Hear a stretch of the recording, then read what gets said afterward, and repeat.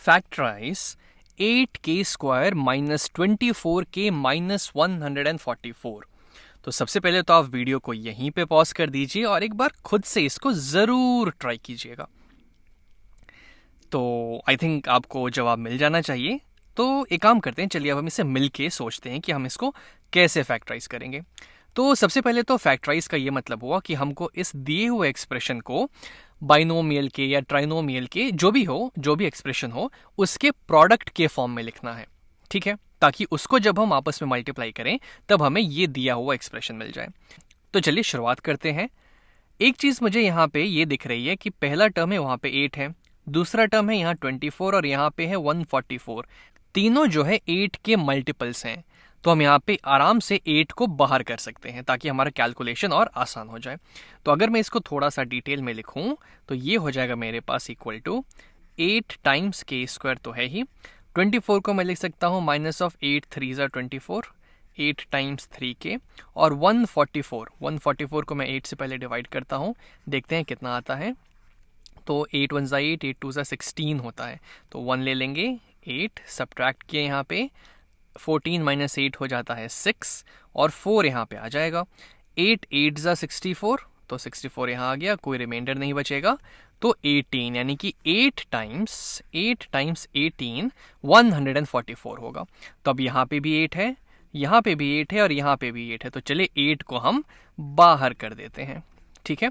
तो हम यहाँ पे ले लेंगे, 8 आ गया बाहर में और अंदर हमारे पास बच जाएगा k², माइनस 8 जा चुका है तो सिर्फ 3k और ये 8 जा चुका है तो माइनस 18। इसको अब हमें फैक्टराइज कर लेना है। तो चलिए अब हम वापस से अपना पुराना फंडा लगाते हैं यहाँ पे। अब हमें दो नंबर्स ऐसे सोचने हैं, मान लीजिए दो नंबर से कुछ हमारा a और b। तो कंडीशन ये है कि a और b को जब मैं मल्टीप्लाई करूंगा तो मुझे ये कांस्टेंट टर्म और k² का कोफिशिएंट जो कि एक्चुअली 1 है, इसलिए हम बोल देते हैं कि सिर्फ ये कांस्टेंट टर्म मिलना चाहिए, क्योंकि ऐसे केस में जब इस k² का या फिर x² का कोफिशिएंट 1 रहता है तो मल्टीप्लाई करने का कुछ मतलब बनता नहीं, वो सिर्फ कांस्टेंट टर्म के ही बराबर हो जाएगा। तो अब आप इसे ऐसे कह लीजिए कि a और b का प्रोडक्ट इस k² का कोफिशिएंट और इस कांस्टेंट टर्म के प्रोडक्ट के बराबर होना चाहिए, या फिर आप इसे ऐसे कह लीजिए कि a और b का प्रोडक्ट सिर्फ इस कांस्टेंट टर्म के बराबर होना चाहिए, एक ही बात है। तो ये हो जाएगा -18 के बराबर और a प्लस b इन दोनों का जो सम है वो हो जाएगा इस k के कोफिशिएंट के बराबर, यानी कि -3 के बराबर। तो चलिए अब हम a और b के वैल्यूज को सोचते हैं यहाँ पे। तो शुरुआत करते हैं हम 18 के फैक्टर्स से। तो 18 होता है 1 टाइम्स 18 होता है, 2 टाइम्स 9 भी 18 होता है, 3 टाइम्स 6 18 होता है और बस 18 के हमने सारे फैक्टर्स यहाँ पे लिख लिए हैं। लेकिन यहाँ पे है -18, यानी कि एक बात तो तय है यहाँ पे कि a और b में कोई एक वैल्यू ज़रूर नेगेटिव है। अब दूसरी कंडीशन ये है कि इन दोनों का जो सम है वो एक नेगेटिव क्वांटिटी है, यानी कि इसको देख के मैं ये तो कह सकता हूँ कि a और b में जो बड़ी वैल्यू होगी वो ज़रूर नेगेटिव होगी। जैसे कि यहाँ पे देखिए, अगर मैं 1 और 18 ले लेता हूँ, मान लीजिए मैं 1 और 18 यहाँ पे ले लेता हूँ, तो मैं कुछ भी करूँ मुझे 3 या फिर -3 कुछ नहीं मिलेगा, क्योंकि मान लीजिए मैं यहाँ पे क्या क्या कर सकता हूँ, मैं -1 कर सकता हूँ और 18 कर सकता हूँ, इनको मैं आपस में जोड़ूंगा तो मुझे 17 मिलेगा। या फिर मैं मान लीजिए ले लेता हूँ 1 और -18 ले लूँगा तो यहाँ पे मुझे -17 मिल जाएगा। मुझे -3 तो कभी मिल ही नहीं सकता। 2 और 9 पे आता हूँ तो इनके साथ भी मैं कुछ भी कर दूँ, मान लीजिए मैं -2 और 9 ले लूँ या फिर -9 और 2 ले लूँ, लेकिन मैं -3 तक तो कभी नहीं पहुँच पाऊँगा। अब आते हैं लास्ट वाले पे, 3 और 6।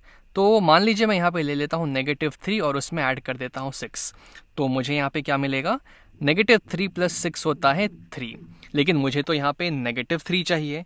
तो उल्टा कर देते हैं हम, जैसा कि हमने कहा ही था कि बड़ी वैल्यू नेगेटिव होनी चाहिए। तो -6 + 3 अगर हम करें तो यहाँ पर ये मुझे -3 मिल जाएगा, यानी कि हमें हमारे a और b यहाँ पे मिल चुके हैं। a हो जाएगा -6 और b हो जाएगा 3। इनको जब हम आपस में ऐड करेंगे तो -3 मिल गया, और इनको जब हम आपस में मल्टीप्लाई करेंगे तो मुझे -18 मिल जाएगा। तो बस चलिए अब हम इस मिडिल टर्म को ऐसे स्प्लिट कर देते हैं। तो हमारे पास आ गया ये 8 तो जो का तो है ही, यहाँ पे आ जाएगा k², -3k को मैं लिख सकता हूँ -6k प्लस 3k, क्योंकि अभी भी इसकी जो वैल्यू है, इस पूरे की वैल्यू अगर मैं सॉल्व करूं, -6k + 3k अभी भी -3k की ही बराबर होगा, और -18 तो जो का तो यहाँ पे आ ही जाएगा। चलिए इसके आगे इसकी थोड़ी बात कर लेते हैं, तो उसके लिए थोड़ी सी यहाँ पे जगह बना लेते हैं ताकि हम आगे लिख पाएँ इसका अगला स्टेप। ठीक है, तो अब यहाँ पे मेरे पास आ गया =8, तो बाहर चुपचाप बैठा ही हुआ है।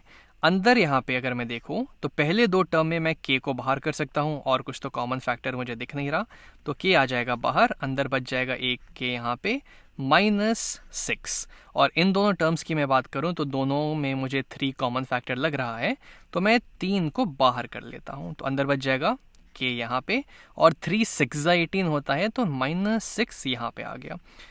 तो ये हो गया बस। अब यहाँ पे मुझे k-6 यहाँ पे दिख रहा है और k-6 यहाँ पे दिख रहा है, तो बस सब वही काम हमको करना है जो हम अभी ऊपर कर रहे हैं। हम k-6 को, तो बस अब हम इस k-6 को बाहर कर लेते हैं।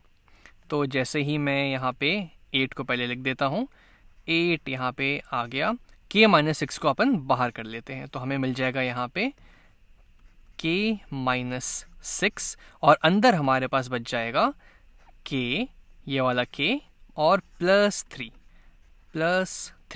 तो बस ये हो गया हमारा फैक्टराइज्ड फॉर्म इस दिए हुए एक्सप्रेशन का। इसको हमने फैक्टराइज करके एक कांस्टेंट और 2 बाइनोमियल के प्रोडक्ट के फॉर्म में लिख दिया, जो कि इसका फैक्टराइज्ड फॉर्म हो जाएगा।